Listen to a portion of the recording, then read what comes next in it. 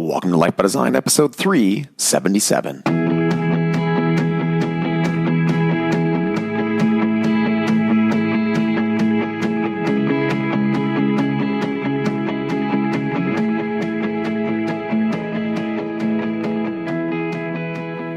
Welcome to Life by Design. I'm your host, Dr. Jamie Richardson. As you can tell, I'm not joined today by my colleague, Dr. Cratio Jug. We're putting together a few episodes as we're heading off on some holidays, and I wanted to make sure that we got some great content together for you for this week. And this is a topic that is a normal part of my household, so it's an easy conversation to have. It's something I love talking about, and that's Eat by Design, and more specifically, protein, and even more specifically, protein for your kids. So let's first talk about protein in general. Protein is an essential macronutrient for the body, along with fats and carbohydrate. And of course, we can battle it out back and forth on carbohydrate and whether it's essential and, whether we can use ketone bodies for energy, all that kind of stuff that we've talked about before.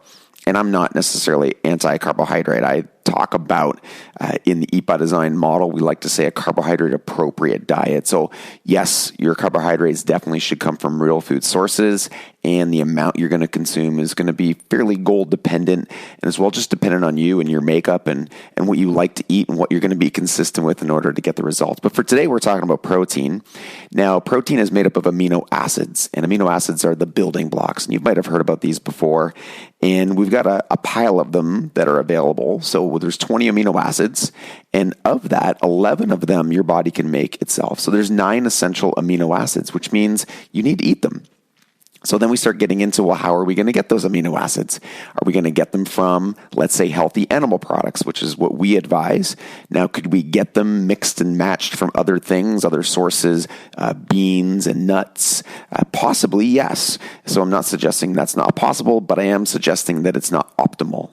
We're not going to battle it out again today about that conversation. So we're going to talk about how to get good, healthy animal sources of protein into your children, because kids like sugar. We've got kids who eat very, very healthy. They love the taste of sugar. Who doesn't? And so when we talk about what do you want for a snack, of course they want to have the cookies and the treats or the, even if they're quote unquote healthy granola bars. So we want to talk about getting real food sources of protein so your kids can meet their needs. Remember, protein is a building block for the body. It carries those amino acids. It plays a role in everything.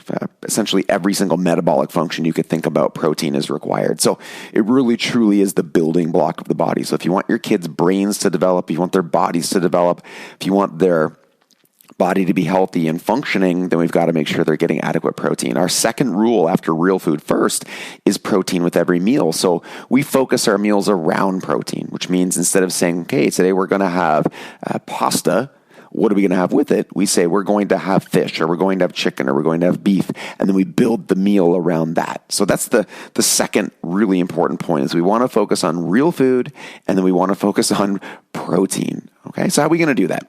Let's start in the morning. I think that's a great place to start. Eggs are wonderful unless you have an allergy to eggs, which eggs can be higher up on the allergenic scale. So we do have to be careful of that. But for the most part, I think eggs are great. And we suggest whole eggs, so the yolk and the white. And there's some reasons to that about which nutrients are balancing each other out. And who would have thought when things come in their whole food source that they're actually much better for you than when they're taken apart or deconstructed. Not to say that egg whites are bad or egg yolks are bad by themselves, but also there's no reason why we can't consume eggs. So our kids will eat an egg or two, if they're really hungry, 3, and they'll do that, for breakfast. And that's a great breakfast. Now, of course, they like to have the pancakes, and we'll have a protein-based pancake. You can make those. There's other protein-based pancake sources. You can get Jacked being one of them. Or Flapjacked, I guess it is. Flapjacked is, I think, the name of the brand. But again, eggs would be the focus for us. Sometimes leftover meats, that would be fine as well. Now let's talk about lunches. What do you do for lunches? Well, again, usually leftovers. We can really try and simplify this process, by the way. It's not like we have to make these extravagant meals for us or the kids every single time we eat. We're focusing more on getting the right fuel, making sure it tastes great, but also fueling our body properly. And so chicken is a great one. Beef is a great one. Pork is a great one. Fish is a great one. And then there's some unique ways that you can do that. So example, chicken strips is a good one where you can cut the chicken into strips and you can bread that with an almond flour or another type of nut meal. And you could either bake that, or you could cook that in, say, a coconut oil or even an olive oil or even butter for that matter. And that'll be having some spices on it, some herbs, and that's going to taste great. You can also, one that I really love, and I think is the kids will have a blast with it. If you use cookie cutters that look like animals or shapes of animals, then you can flatten out the chicken breast. So we'll use chicken as an example. We can flatten out the chicken breast, and then what we can do is we can use the cookie cutter and we can cut it out in the shapes of animals. And so once we've got that cut out, we can dip it in an egg. We can, say, add an almond flour, again, a nut meal. And then again, same thing. You can bake it or you can pan fry it with some coconut oil. The kids are going to love that and they're going to think it's hilarious. So, we're talking about eggs, meat. Those are big ones. What are the real food sources? Cheese, and it comes down to if you're adapted to dairy or not.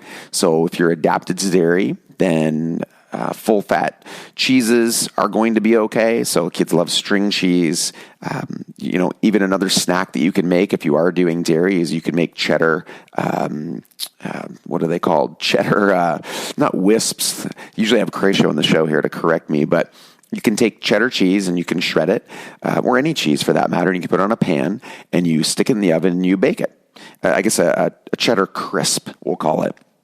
And you bake it until it gets really crispy. It's almost like, when you cook something on a pan and the cheese falls off on the side and we think that tastes great. Well, you can actually use those, and those can just be cheddar crisps. And so those can be a treat or a snack.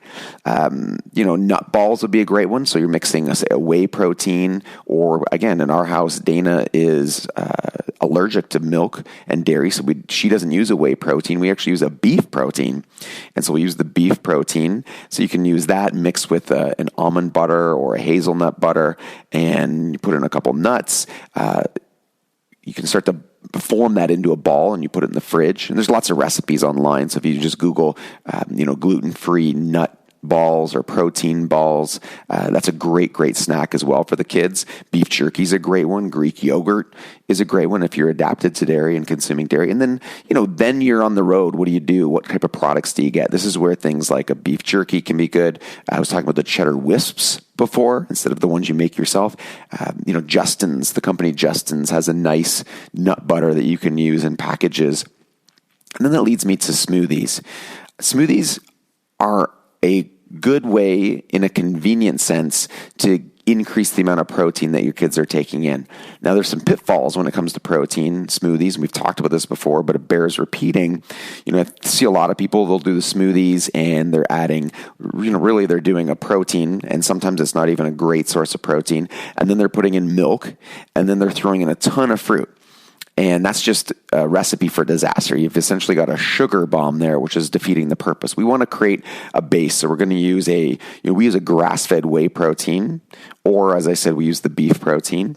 And then we use unsweetened nut milks, and whatever, tickles your fancy, whether it's an almond milk, a coconut milk, a cashew milk. There's all kinds of different ones now. Those are the ones that we tend to gravitate towards, but make sure you look for the unsweetened version. So unsweetened versions of those. And then it's really, whatever your palate is feeling like. So it could be a scoop of nut butter. It could be, some actual nuts if you want to blend those up in there. It could be some greens powder if you want to put that in there. Maybe you put a little bit of Greek yogurt in there, and that'll thicken it up. Ice is nice in the smoothies. So again, having a nice blender is something that is super, super helpful that way. And then, again, just make sure, not that if a handful of berries are not, they're not going to be a bad thing. A handful of raspberries or blueberries are great, but you just want to make sure that you're not creating a sugar bomb here, that we're focusing in on fats and proteins. If you wanted a little more fat in there, you could add, a scoop of, say, coconut oil.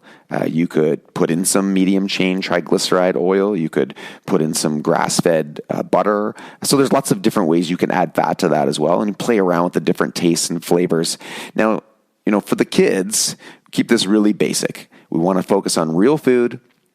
We want to get protein with every meal.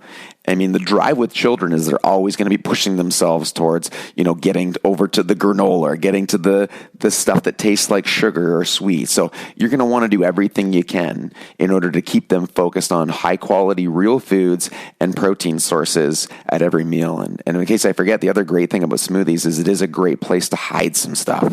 So If you want to, you could put your vitamin D in there if they have an issue with that. You could try to sneak your fish oil in there.